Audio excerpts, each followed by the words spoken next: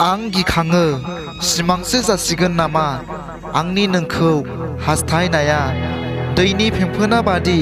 बुखार जानोसै नामा आंनि सुजुनाय देराया मानोथो खोथा होलिया मानोथो लोगो मोनोब्ला मोखाङा नोंनि जोमै खोबो जारौ खावलाया बुगा बुगा मै फालांगि नोजोरा मोख्रेब मोख्रेब मिनिनाया लाबोदों मनालिसा गाब बिखायाव सोमजिबाय अन्थाइ दाजाब रावबो मोनथिया जादों बेखायनो नोंनि साग्लोबो गोसोनि राज अन्दराव जेथिंबो दिनै बारहुंखा जोमै दाखा बोहैदों सम सम थाइनै मेगनाव दैज्लांनि दैबाना गोसोखांनानै नोंनि बै गेलेनाय दुखु जायो सना आं लाजियो आं गिखाङो।